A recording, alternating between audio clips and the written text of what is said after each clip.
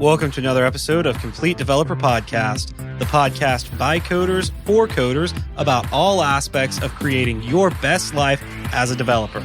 I'm Will, the accomplished developer and aspiring software architect. And I'm Beej, the journeyman developer sharing my journey in development. As a software developer, you will eventually have a time in your career where you have to work with legacy technology. While working with legacy tech can be a dead end if you let it, there are some things you can do to make the experience beneficial for your career. In this episode, we're going to discuss some things you can get out of legacy technology projects that will help your career move forward, even if you aren't using the coolest, newest tech.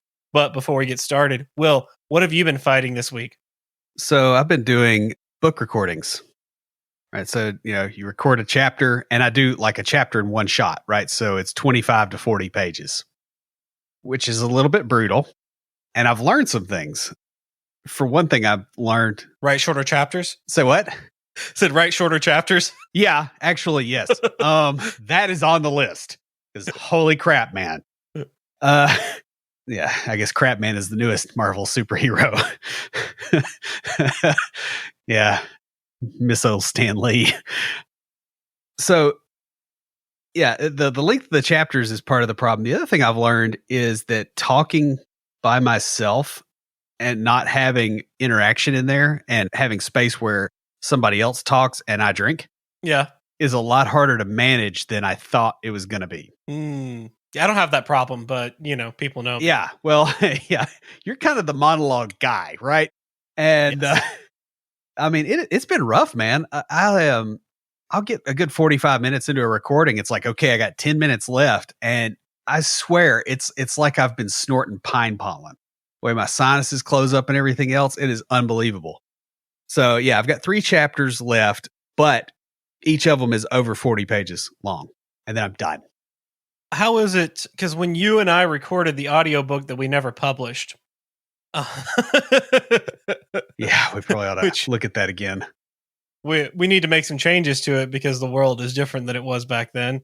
Yeah.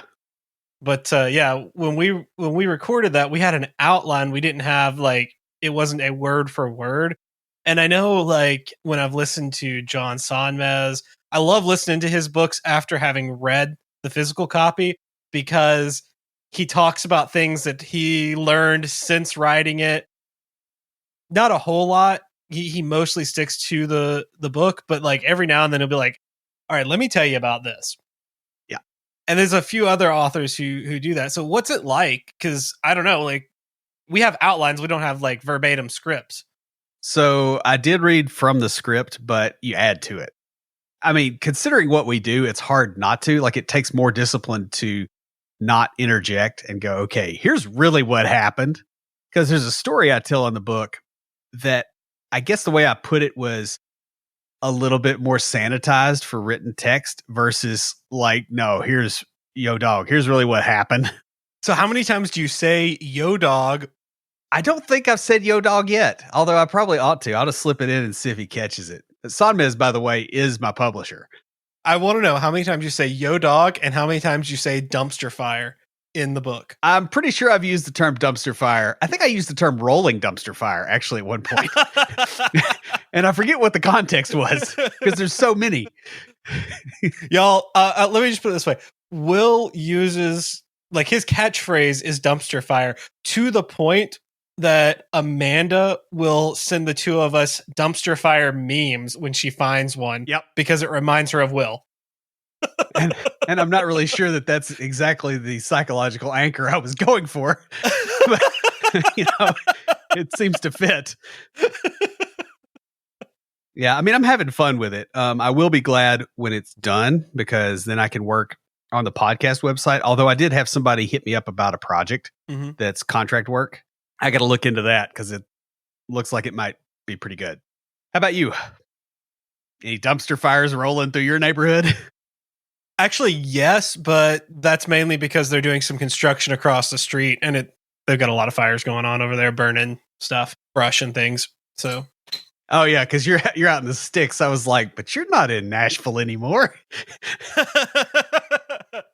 Yeah, no.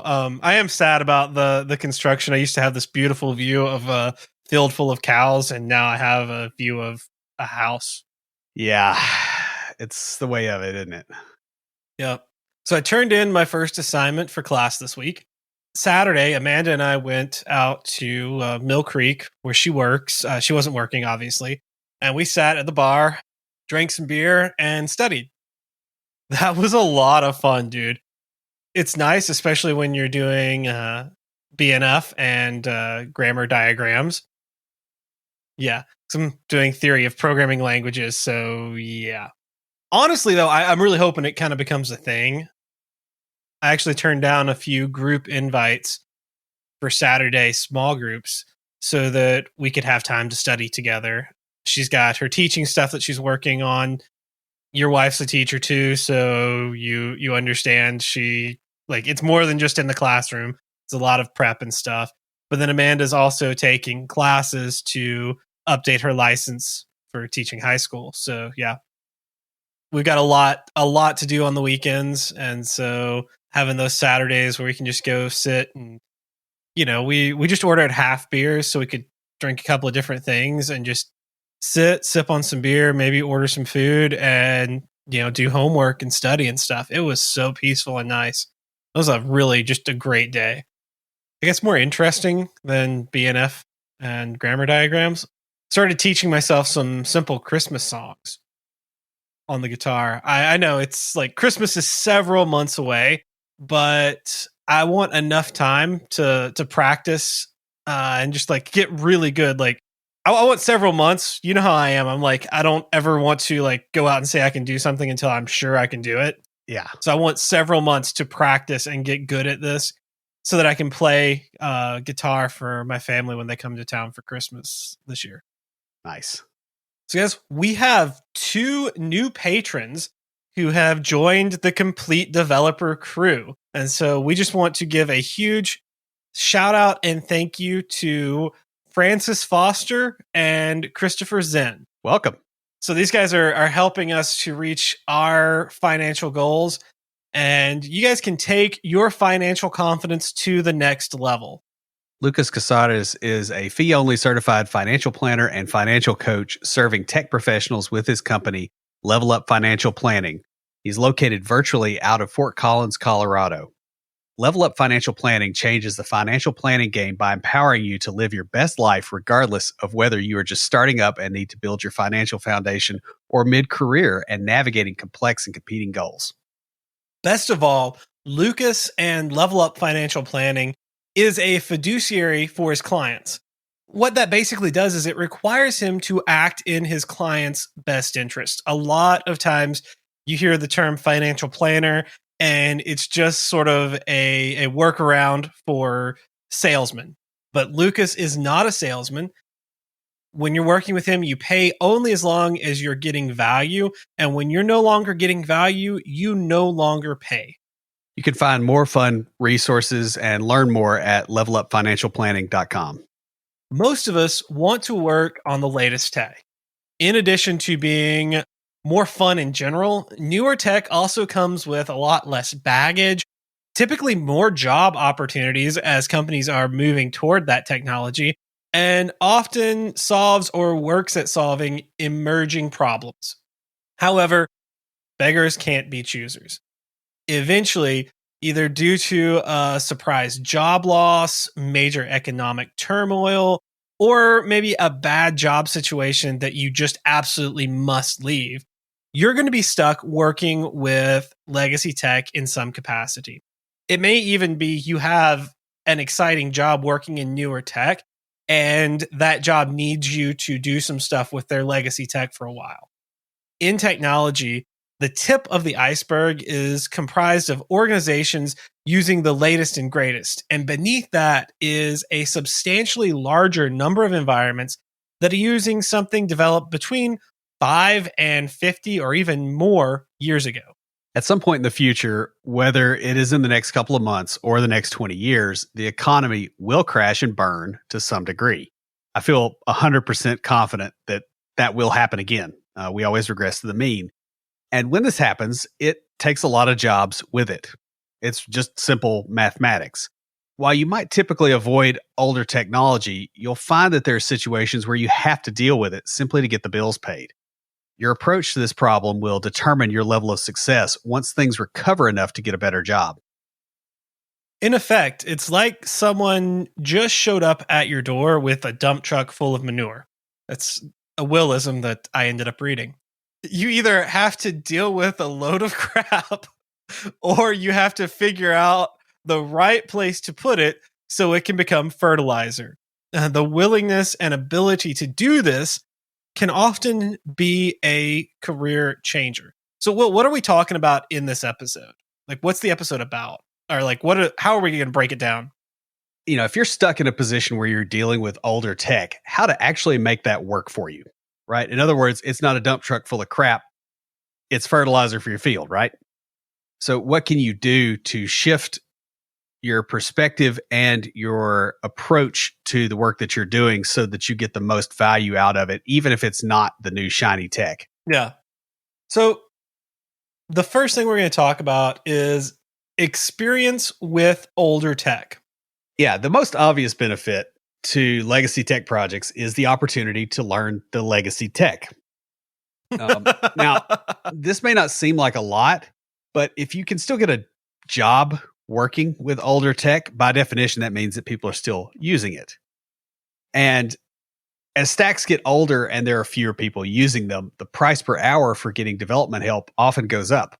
This is especially true of stacks that are more than about 10 or 15 years old. I worked for a company, it's been 7 or 8 years now, that they had this database, I guess you'd call it a database, that was written in Delphi. And it wasn't a relational database. And I could mention what it was, but I'm not going to because I'm pretty sure some of the people listen that work there still. But the thing about it is, there were so few people around that knew this database, even though it was common, 10 to 15 years before that the guy that they ended up hiring to manage this stuff was getting paid $300 an hour and was able to work fully from home on his own terms, whatever hours he wanted to work, however many hours he wanted to work a week. Yeah, I remember when you were working the job with Delphi. I was a bit jealous because I learned Turbo Pascal. I like that language. I like it. It grows on you. It really does. I loved that class in high school. It was one of my favorite programming classes I've ever taken. I know, and I read an article of some cranky guy going, C# developers need to shut up about Delphi. Well, you know what, dude? It's a good language. So send me that article. I want to read it because that's hilarious. He was basically, and it was where they were making negative comparisons to Delphi, right? Like, and there's things in C# that I like. But like the thing I liked about Delphi was that it had the stuff I remembered and liked about VB, especially like when you get Embarcadero and you get the design time surface and all that kind of stuff. And it had the stuff I liked about C in there. And it also had some of the stuff I like about C#. Yeah. Because you could do reflection type stuff in there too. It was a little weird, but you could do it. One of the benefits of going back to school is I'm getting to use some older tech because, that's a whole nother episode of, schools use older tech. But if I ever had the opportunity to work in, obviously Delphi, that would be a blast. I would love learning that. But like C++, that was the other class that I took in high school that I absolutely loved. Yeah. And I enjoyed C++ as well. But the thing about it is, if you've got experience with older tech, it can be really useful in jobs that have newer technology, simply because you may have to integrate with it. So like, was this last fall or the fall before? Everything's kind of blurred because of stupid Corona. Yeah, it was last fall. I did some work for a company. I had to integrate with a system that would bring back like driving records and property records and a whole bunch of other stuff, basically as part of a background check. And without getting too much into the weeds, the API that I was to connect to was socket based. So you open a WebSocket and you push data at it and you go, here's your stream of stuff. you process it, and then I listen to this pipe and I get a stream of stuff back, and I have to write a parser for that chunk of data coming in. Right. So I have one for you, something I'm working on right now, and that is connecting with a SOAP API. Yeah. And I've been asked, like, I've been building in .NET Core, which, Microsoft is really pushing REST. And so, for good reason. Yeah, but it's possible. It's just, yeah, SOAP is bitter. Just gonna go ahead and say that. Like when I had to deal with SOAP, like it was like you switch from like socket based stuff and like serial port communication and all that to trying to do stuff over SOAP. Well, I mean, you had some RPC type stuff too, but like trying to do stuff over SOAP, I was more like, you know what? I'll just stay on this older tech. And then it was switched to REST. Like I tried to avoid SOAP actively for a good decade, and I still do. But the thing about this old tech is if you're still going to have to work with it, right? Like, so I wrote .NET Core code that was interacting with a system that's probably older than I am. Just the way that the data was in there kind of made me like, it reminded me of like situations where I dealt with like packed bits and stuff like that. So it was definitely very, very legacy. And you'll periodically get stuff like this. And if you can do it, and if you can jump in there and do a good job of it, you can outcompete other developers who maybe have better skills in Angular or React or something new, because a lot of those guys are not going to touch that stuff. Yeah. So the next way to leverage a situation where you have to work with legacy tech is through the networking. Typically, people working with older tech are older. Also, they tend to be good mentors. They know a lot of other people in the community and can help you when you're moving on, or just to learn the things you want to learn. Yeah, and a lot of people really undervalue people working with older tech, and they go, oh, they can't give me any good ideas. But the thing about it is, if you've been at this for very long, you've seen multiple iterations of the same thing. So a lot of times you can bounce ideas off of them when they're not used to the newer way of doing things, and they'll ask clarifying questions that really, really help because they don't completely understand it, but they do understand tech. So it's different than talking to somebody with no tech experience. Yeah. The other thing is like the way that a lot of older developers will do things tends to be from a position of keeping systems stable rather than from trying to do cutting edge. And so you just get a different category of advice that is extremely valuable. Yeah. A lot of times people who are using legacy tech are good advisors on how to deal with non-tech problems in your career. Part of this is because they've been in the industry for a while. And part of it is because, they working with tech that's not the newest thing, they've had to learn to deal with things such as office politics. If they've survived in one position for a while, there's a reason for that. Yeah, there absolutely is. And additionally, you might actually be a mentor to them on some of the newer stuff. This can be really helpful to both of you, because a lot of times they do want to learn the new stuff, but they haven't had the opportunity. They haven't had somebody sit down with them. So you can have a really, really good exchange. I've had a few friends that have worked on mainframe stuff. I had lunch with some guys before COVID broke out.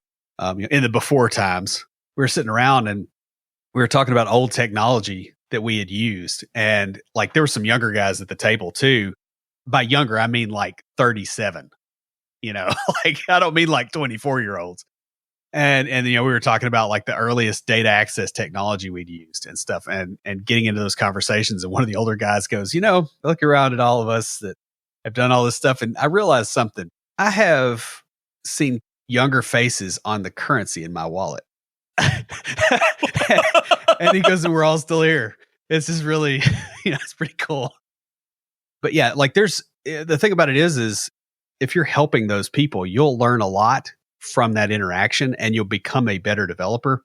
And a lot of times the people that you help, they'll suddenly go, hey, I really like this new stuff. Like once all the object oriented stuff clicks, for instance, for somebody that's been doing, old school procedural programming, it's a whole nother world. Or they understand what they can do with JavaScript, and some of the shenanigans there. And then they're like, it opens them up. And a lot of those people will move to their next job and they'll be a director. Yeah. And they'll take you with them potentially.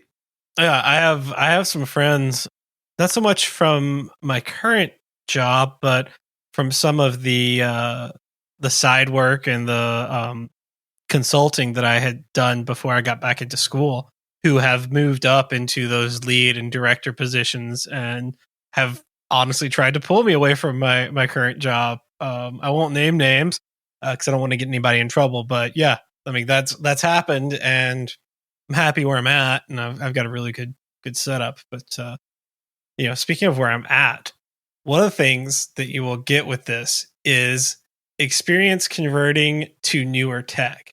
The reason I say, speaking of where I'm at, that's why I got hired.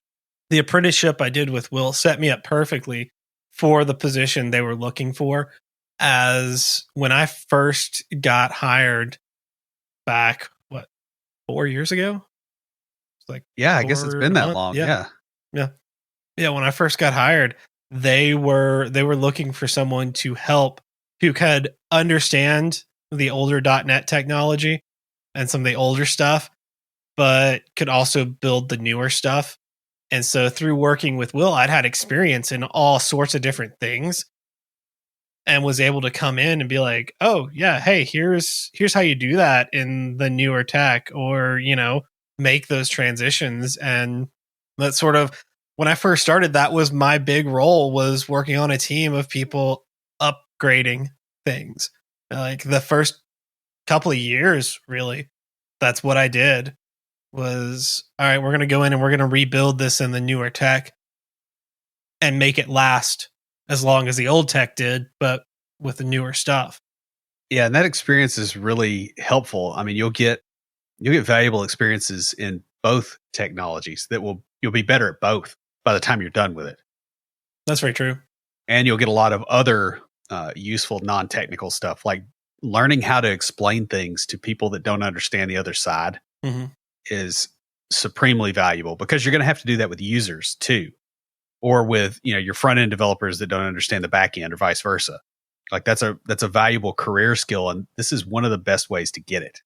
It will get harder to find developers for legacy technology over time, and so one other thing you could do is you could actually start converting business systems from an older tech to a newer tech as a business opportunity. You could specialize in that and you can make a ton of money. When Visual Basic 6 went away and all these companies had internal systems and they had, that they'd had running for years, and they still had the code, but they didn't have the developer anymore, there was a lot of money to be made in switching that over to .NET or something else.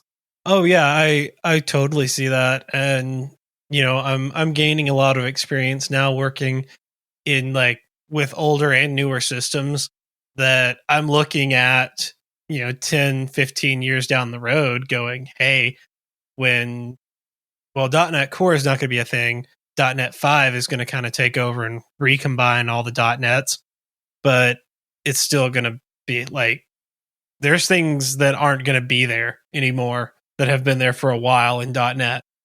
They deprecated a lot of stuff moving to this cross-platform attitude. Yeah. And so I'm looking at it, I'm going, the experience I'm gaining now, 10 or 15 years from now, I can go out and do that. I've got that in mind, that long-term plan there. So that's, I'm right there with you on that. That's really cool.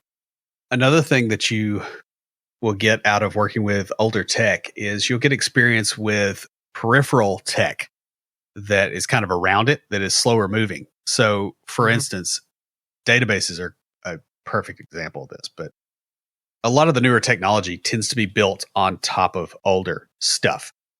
A lot of times the underlying older technology changes a lot slower than the stuff that is placed atop it. They put the abstraction layer on there so they can mess with it. That's what the whole industry does. That's literally all we do all day. And if you understand the lower layer, a lot of times that knowledge has a much longer shelf life than the stuff that's sitting on top of it. And so, going back to the database example, your favorite GraphQL library is probably pretty new and probably uses ORM technology at some level under it that is maybe not as new, more established. That ORM will probably use older APIs, like database APIs, right? Like, so I've used Entity Framework for years. That's 7 or 8 years, I guess. I'm trying to think when it even came out. And before that was linked to SQL.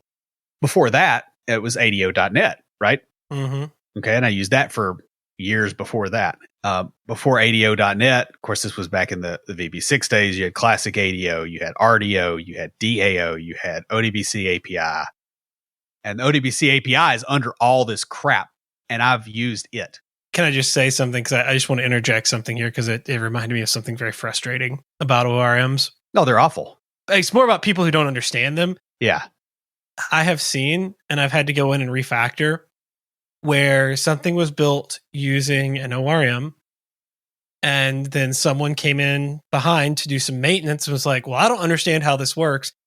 I'm not going to take the time to learn it. So I'm going to create a whole nother data access layer in ADO.NET and do it that way and make it super confusing. And then like 2 years later, I have a junior developer going, can you help me with this? Because I don't know what's going on. And I look at it and I go, oh my goodness, let me rewrite this for you. Yeah.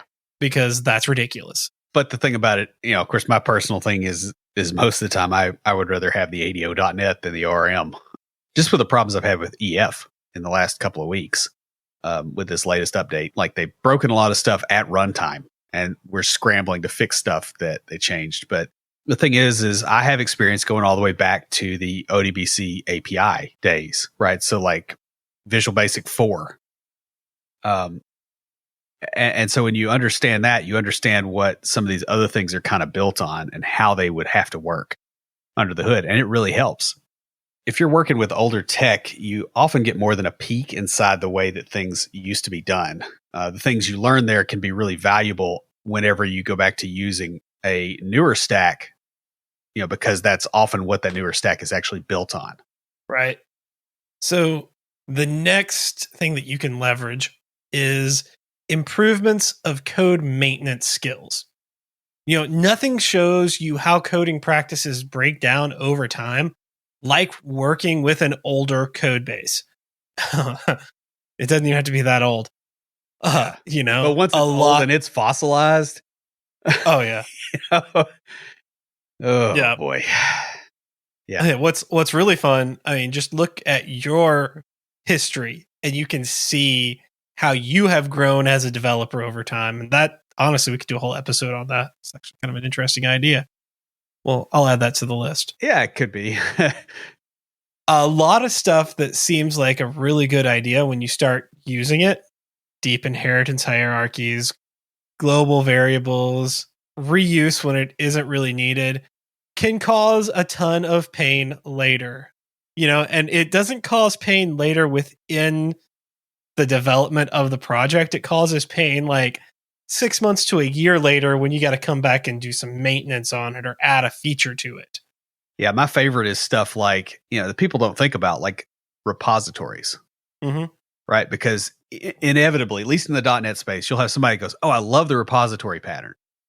Right? And I'm going to stick that on top of Entity Framework, which, first of all, repository over unit of work, not a fan.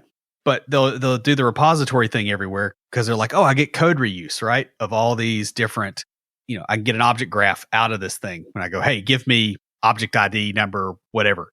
And it gets you the whole hydrated object graph. But then you end up at a point a year later where that object graph has changed and grown quite a bit. And every time something got added, it got added to that method that everything uses. And now your system is under load that literally provides no value because most of the system doesn't use most of that object. And that really hurts. We've been dealing with that some at work, and it's from the perspective of, oh, a repository is a good idea. And it was a good idea at that point, but at a maintenance level, it's not so helpful.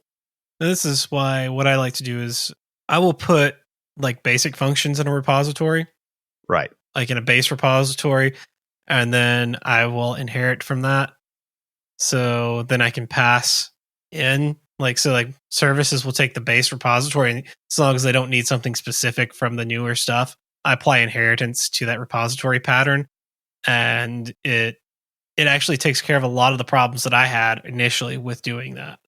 Yeah, I mean, it's tricky, right? Because there is a certain degree of stuff that is made better by the use of software patterns. There's loads of it, in fact. Mm-hmm. The problem is most of the time when you read an article on the web that's like, oh, here's the patterns that'll help you with your database access. It's written by somebody that's trying to grow an audience, and it's not written by somebody that's got 20 years experience in the field and realizes how these things blow up. Yeah. And so the person that reads it's like, oh, I've got a golden hammer. Everything's a nail. And it turns out that not everything is a nail, but everything is subject to being dented with said hammer. Yeah, and it also I think depends a lot on what you're doing too. Yeah. I mean, if your app is very either UI heavy and the API is just like, all right, it's just minor data manipulation and talking to the database, or very CRUD centric, then these patterns are good. So yeah, the thing about it is a lot of systems that start out very CRUD centric, they don't end up there. Over time, yeah, and you have to. I think the trick is use the pattern when it's useful, but don't, and then get rid of it when it stops. Right, like useful. don't feel tied to that pattern. That's a big thing. That's something that I personally have to deal with, because I'm like, ooh, I know this, I like this, I want to use this, and I'm like, oh wait, I don't need to cram things into this pattern. You use the pattern to make development easier. If it's making development more difficult, stop using that pattern. Find something else. Yeah, my favorite thing is like a small console app that could be done in one file, and they have like 3 DLLs because they got a business layer and a data access layer, and like a lib folder that's like all their utility stuff, because that's the proper way to structure an app. It's like, it's a console app, bro. Yeah. What are you doing? It goes to the what's the purpose? Is the purpose with that app to be like, hey, here's something we can train juniors on to learn how to do our things? Or is the purpose for that console app to actually be used and be like, hey, we want to be quick about this? Right. And by the way, inheritance is another one that gets people on this a lot too, right? Like if you have a deep hierarchy, and you don't see it as much now because we kind of all got burned by this in the late 90s and early 2000s. But like, for instance, if you're working on MFC, C++, dealing directly with Windows, and it has a wrapper over the Windows API, the objects had this crazy deep hierarchy, right? So like if you had, like you had a button control, button inherited from some like clickable element, something which inherited from something else. And then like 20 levels down, it's like window, because it's got a window handle and has all that stuff going on with it. So anytime they had to change something, they couldn't, because any little change that changed the way some piece worked had to filter all the way up through that hierarchy, and they had to test it all. So they just didn't change it. And so you'll see this if you're working on legacy tech. The other thing you'll see is lava flow patterns. So like the first guy comes in and is like, hey, I want to use repositories. The second guy comes in and goes, I want to use a builder pattern. The third guy comes in and goes, I want to use event sourcing. 10 years from now, if all three of those things are in the same code base, you understand why people stick to one approach and stick their heels in, because it really hurts to deal with multiple. So it'll teach you a lot. I guess is where I'm saying. Another thing you'll really get good at with this is debugging and troubleshooting when there's not a lot of data, poor documentation, or like no comments. And what's interesting is you don't even have to have legacy code to have those problems. Yeah, the only thing is like a newer code. I guess the theory is that on average, you're around during the middle of the lifetime of anything you interact with, right? Like if it's been around for 10 years, it'll probably be around for another 10. On average, yeah. Right. Whereas if it's been around for 6 months, it probably will be around for at least another 6 months. And so as you get those closer timelines, you can kind of push it off on the person that made the problem. Whereas if it's been 10 years, you're not going to find them. I've been working in a system. I'm actually rewriting that. That's the project I'm on right now, is we're building requirements for it, but it was built for a very specific purpose, and then had a lot of stuff just like thrown on it. Cause they're like, oh, we already have something that kind of does this. Let's just add this to it and add this to it and add this to it. Let's put a skillet on this Swiss Army knife. Yeah, basically. And it was like, I'm like, it's basically a glorified console app that became a web API. I mean, literally is So like CGI. yeah. So I'm rewriting it with like all that in mind and in newer stuff with better documentation because it was literally written by a junior developer, their first real big project on their own. Like they'd come in and worked under someone for a little bit, their first big project on their own. And it was supposed to only do one specific thing. And more stuff got added to it because it was barely above a proof of concept. It was like, hey, we need something to do this. The person built it to do that specific thing. And now they're like, oh, well, that's already got those connections. So let's just add a web interface to it and add this to it and add that to it. Yep. So, yeah, she did documentation where possible, but, and a lot of it is code that got like generated and stuff like that. Like going in and troubleshooting that has been a pain. And I've gotten to the point with it because I sort of adopted it as I was put in charge of writing the new API. I can look at the error messages sent from it and tell you, oh, you forgot to pass in this piece of data. It doesn't say, hey, you forgot to pass in this piece of data. I just know. I can just read it and go, oh, this is what you forgot to do. Yeah. You get really good at debugging. And like I said, this isn't even legacy. I've worked on some legacy stuff. The reason I can do it with this is because I had worked on some legacy stuff that had even less documentation on it. Yeah, you get a sense for it. Like you get to the point where you're like, okay, this happened. And I know that typically when somebody makes this kind of API call, it's really easy to forget these kinds of things. And you can just look through the code and spot them. And yeah, once you get experience doing this, you'll be debugging with somebody that doesn't. And they'll watch you and they'll be like, why did you look for that? Why did you know to look there? And it's just like, because I've seen messed up stuff. Oh yeah. That was like, I was helping one of our junior developers. I understand it. The guy doesn't like to ask for help. And he'd been on the same bug for like 3 days. And so I like, I told him, I'm like, hey, so what's going on? He explains it to me and I'm like, oh, well, here's your problem. I didn't even look at anything because I had experienced the exact same problem. Like, try this. He tried it and boom, it worked. He was like, how did you even know that, man? I'm like, because I've been doing this a few years longer than you. Not a whole lot, but enough to have seen that problem enough times to go, I bet it's this. And it was. Another thing is you'll learn which practices you don't want to engage in, and you'll have enough painful experiences with them that you're going to stop doing them. I've done that, and I've learned what people who wrote some of the legacy things that I've worked with, like I have a lead developer who's been around for a very long time. She wrote a lot of the legacy code, and when I work with it or when I work with her on newer stuff, I know what her tendencies are is based on the legacy stuff that she's written. And I can say, hey, you don't have to do it this way because the newer code, the newer thing solves that problem. That's not an issue anymore with this newer technology. Whereas she had to do that in the older stuff. She had to write things in a certain way to solve problems that are already solved. So the next thing that you can do to leverage legacy technology is the experience and training or even leading a team. And this is kind of cool because I am not a lead developer. I am basically the equivalent of a senior developer. We have different terms, but basically senior dev. And this new application, this one that I was talking about earlier that I'm rebuilding, they have assigned to me a senior dev who's been doing this longer than Will to work under me. Like we're at the same level, other than he's just been around a lot longer. Actually, I've been at this job longer, but he's been a developer longer. We work really well together, and they're like, he's going to do what you say. I'm like, all right, this is a little weird.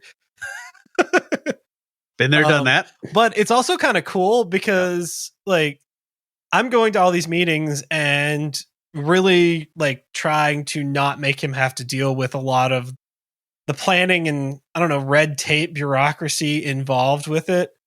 I'm trying to be an umbrella. Do you know what I mean?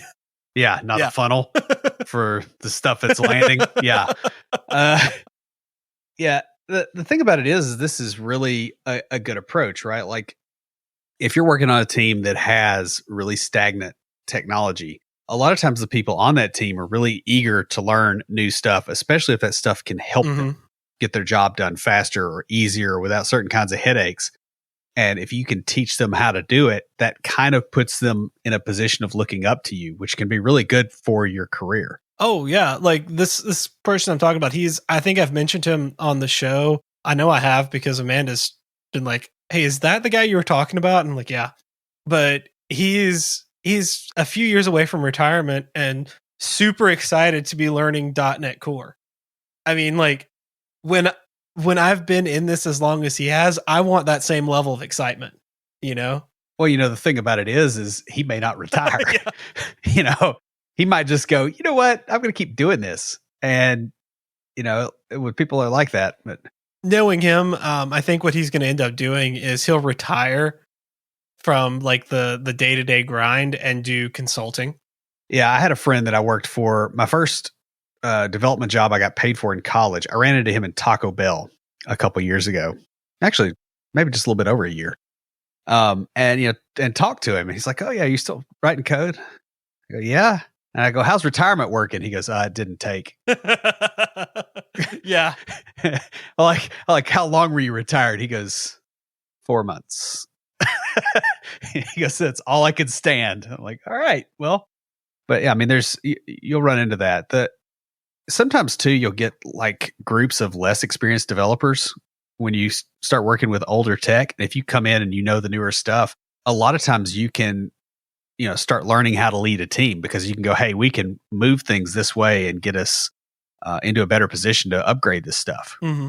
And it's really helpful. I've done this before too, where I've gotten promoted because management looked around and saw that I was basically acting like a team lead anyway. Yeah. And they're just like, "All right, well, it's official."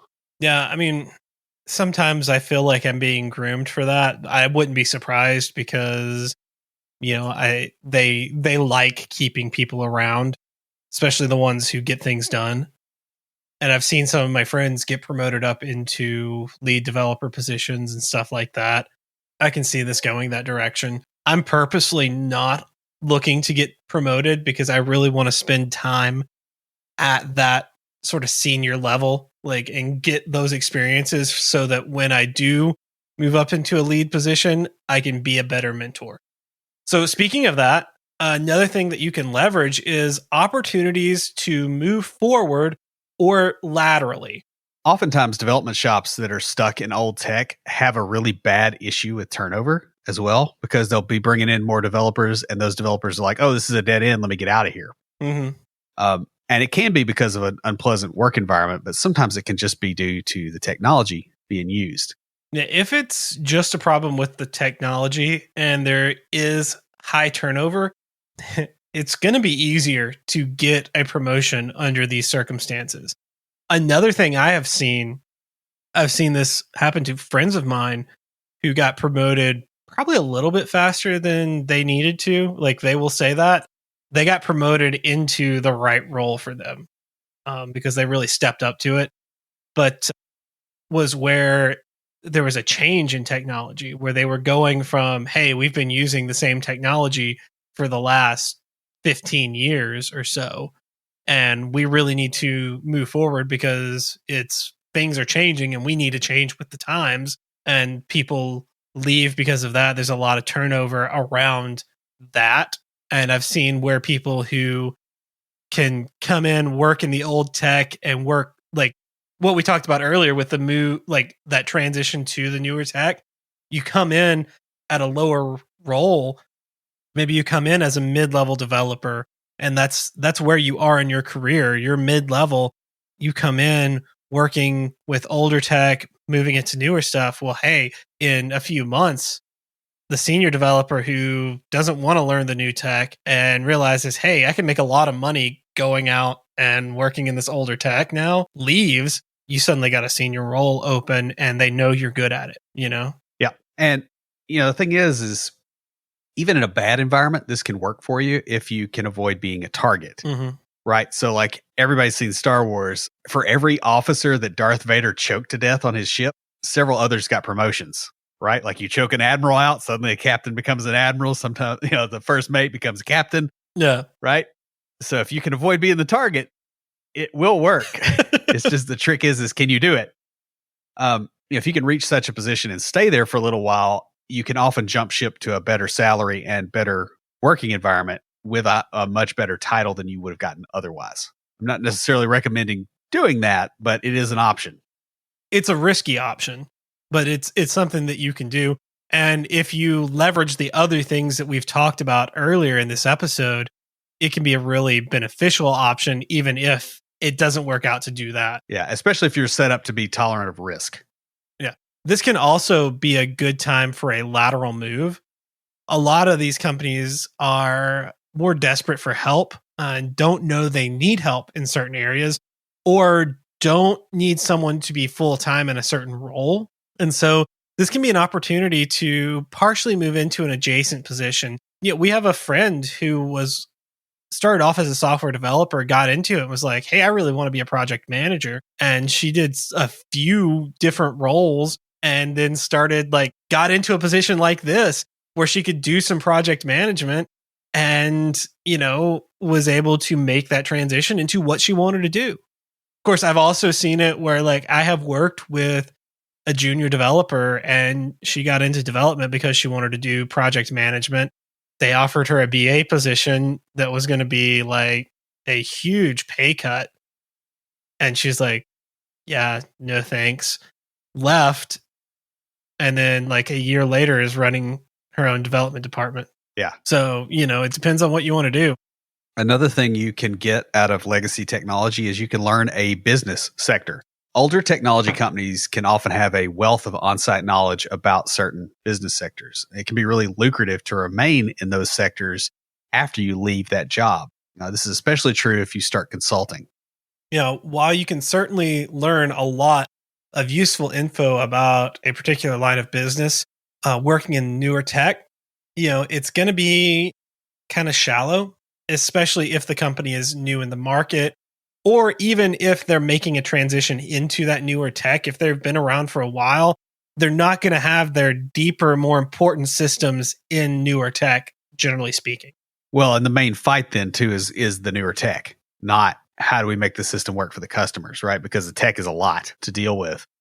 The thing is if they've been around a long time, that deep knowledge of the market is there somewhere. Yeah. Because that's how they stay around. And so if you can figure out where that is and learn from it, you can leverage that in your future career if you want to stay in that industry. Mm-hmm. Now, I've personally jumped around a lot. I have opportunities in stuff that I worked in the past because I understood the deeper level. Now, I will say this. I know a lot of people who may have jumped companies, but stayed within the same industry. Yeah, I know a bunch of people that have done that, especially in medical related stuff here in Nashville. I mean, that's what I originally planned on doing. Remember? Because when we first started this podcast, my goal was to leverage my medical knowledge and go, hey, I already speak the lingo, and I won't have to learn a second set of acronyms and stuff because I already know the medical stuff, which is kind of funny. The other night, Amanda and I were out with some friends, and their friends came in. We get to talking, and I'm like, she's a doctor. And sure enough, Amanda said something about her insurance, and the conversation got brought up about, needing a new primary care physician and stuff. From the conversation, I was like, I know she's a DO. I could just tell. So I just threw it out. I'm like, yeah, I only see DOs.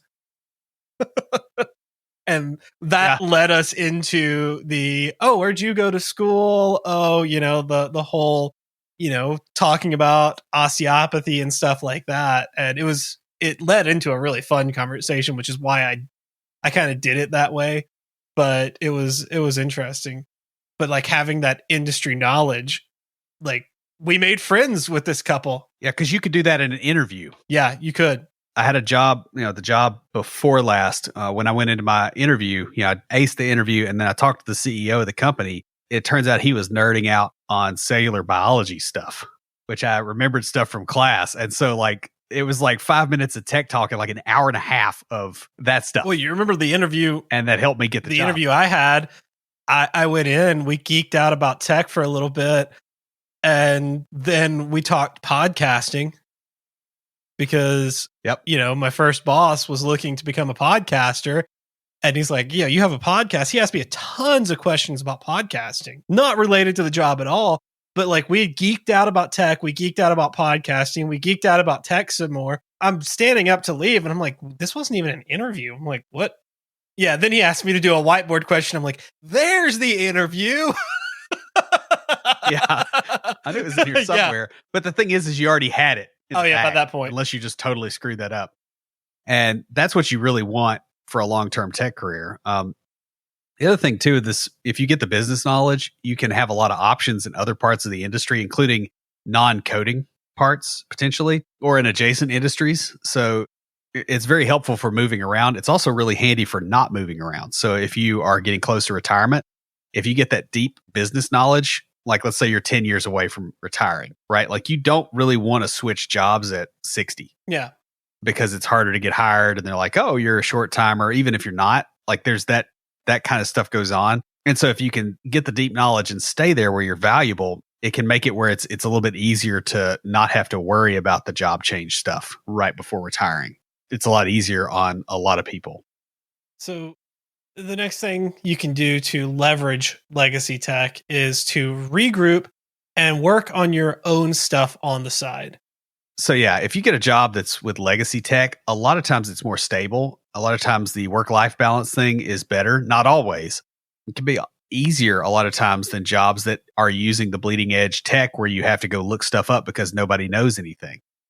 If you're trying to build your own thing on the side, this is the kind of job you want. You don't want to be doing, stuff at the bleeding edge all day. Yeah. Companies that maintain legacy software will also change your view on what is actually required to build a stable side project. Rather than just thinking about it in terms of technology, consider paying more attention to the non-technical stuff the company is doing. You can learn a lot about processes, tools, and those sorts of things from other people who have already been successful.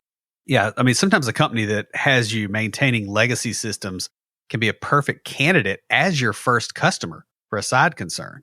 You have to approach this with caution and pay attention, but a lot of times they have problems that you can solve and you can write software on the side to solve it and then go, hey, I'm building this thing on the side. Would you like to be my first customer? If you've got a big, good relationship, it can work. So the final thing we're going to talk about is to deal with complex non-work situations from stability. Sometimes your personal life is about to get messy, and honestly, you're better off getting a more stable, less demanding job to deal with it.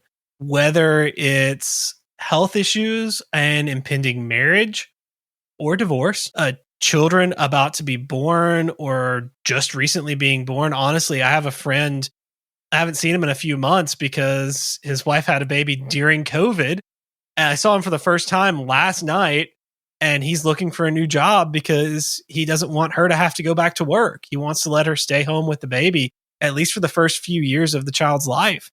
And so he's looking for a job that pays more and is going to be like solid.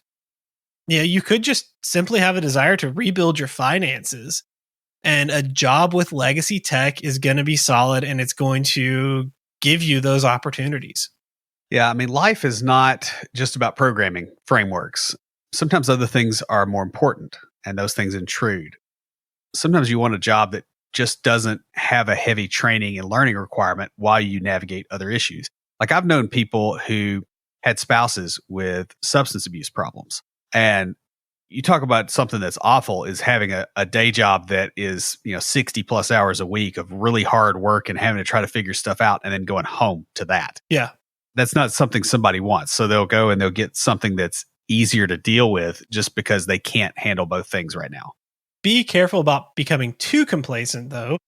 You need to keep your skills and network up to date, or the job can become a trap. Yeah. So unlike the other cases, this one is one where it's really easy to go, okay, I just have the job and the job is, walled in here and I'm going to deal with the rest of my life. Well, once you've dealt with the other stuff in your life, you're probably going to want to try to do something different on the job instead of just sitting there. Yeah. I mean, just when you get this job, picture Admiral Akbar. It's a trap. Yeah. Well, we really hit the Star Wars. We did. Also, sometimes your career will be better off if you ease up a bit. Handle your major life situations so they don't become pathological. You don't want them to bring your career to a halt. So take a step back from your career, handle that, and then get back into your career. Will's done this a couple of times within his career. I've done this where I've switched between careers or things like that a few times.